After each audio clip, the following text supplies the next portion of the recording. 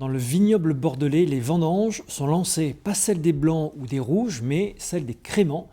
Cette production des vins effervescents reste encore confidentielle à Bordeaux, mais le marché s'est envolé en quelques années. Aujourd'hui, quelques 10 millions de bouteilles sont produites. Des vendanges dans un contexte particulier cette année à cause du mildiou. Gladys Quadra, Dominique Mazère. Comme chaque année, ce sont les créments qui ouvrent le bal des vendanges.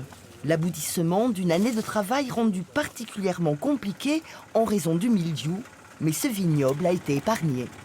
On n'a pas été trop embêté par la maladie. Sûrement qu'on est plus ventilé ici sur les coteaux, mais en plaine aussi, on s'en est bien tiré. Pour faire un bon crément, il faut des beaux raisins. Après, c'est le savoir-faire à la cave.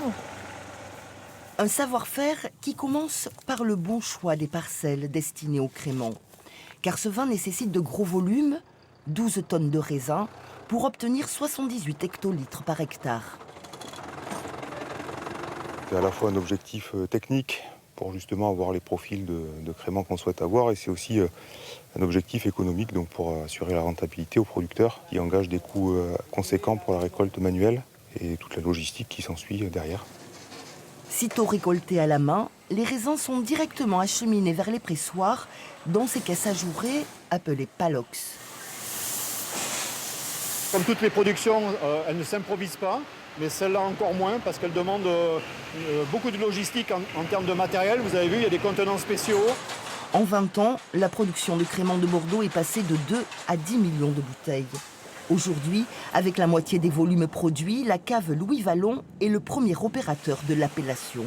Une appellation qui a encore des parts de marché à conquérir dans le Bordelais.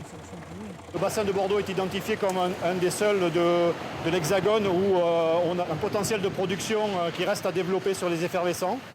Un vin effervescent en plein essor, dans un secteur en difficulté, il a l'avantage d'offrir de nouveaux débouchés.